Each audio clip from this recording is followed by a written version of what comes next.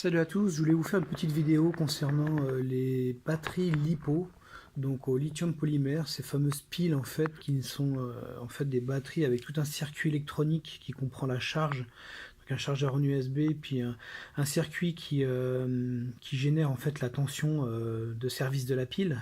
Donc c'est tout un ensemble en fait électronique, c'est pas qu'une pile. Et donc je voulais donner une précision parce que en fait on s'aperçoit que sur les nouvelles générations de piles, celles-ci, les jauges de piles ne pourront vraiment pas fonctionner parce qu'il y a le fameux circuit qui maintient la tension de service de la pile et qui coupe net.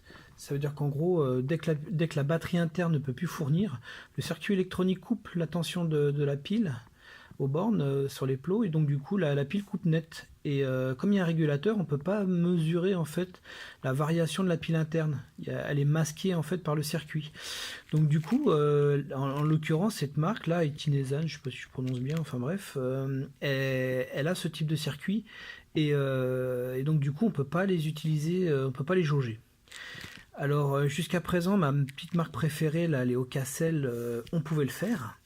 Mais je me suis aperçu d'une chose, c'est que les nouvelles versions qui ont été livrées, il y a 3 segments sur le côté. Vous voyez, regardez là, il y a 4 segments. Et ça, c'est les nouvelles maintenant. Donc avant, on avait 4 segments ici pour tester la pile. Et là, il y en a plus que 3. Et donc du coup, ces piles-là d'ancienne génération, il n'y avait pas ce fameux circuit, donc on pouvait, la tension en fait elle chutait aux bornes, donc on pouvait la jauger. Elle avait le même comportement qu'une pile alcaline en termes de courbe de décharge, et donc elle était très intéressante pour ça. Et malheureusement, donc il faudra faire très attention, c'est sur ces piles là de nouvelle génération. Et ben c'est comme cette marque là, Tinesan, qui est sortie bien après. Ils ont amélioré la pile, donc enfin amélioré, oui, pour que la tension en sortie se maintienne. Donc on a toujours un 9 volts parfait, hein, on le verra sur mes courbes.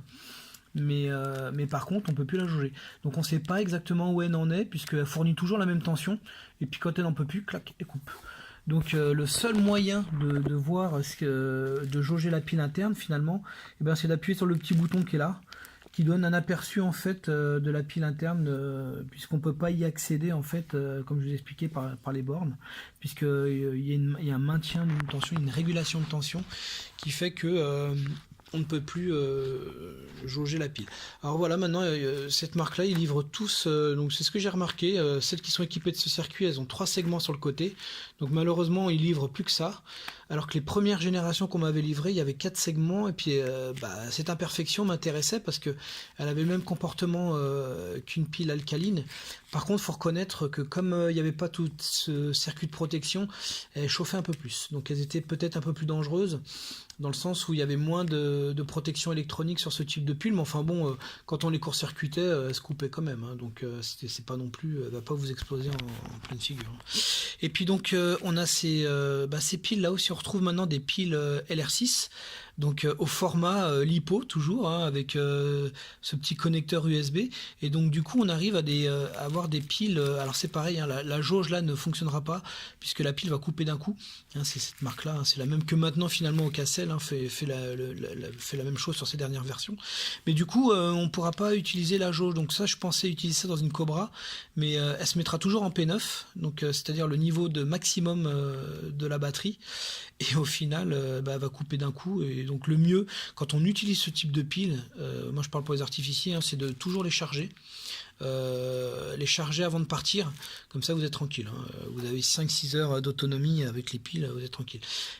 Juste une précision encore, ces piles là, quand on les charge, les dernières générations, le bar graphe s'éteint.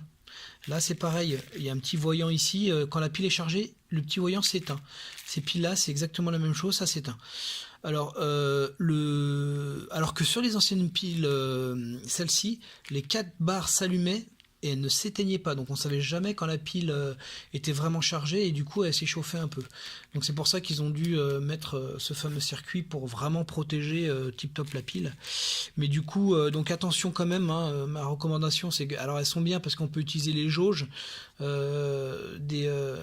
peut les jauger ces piles.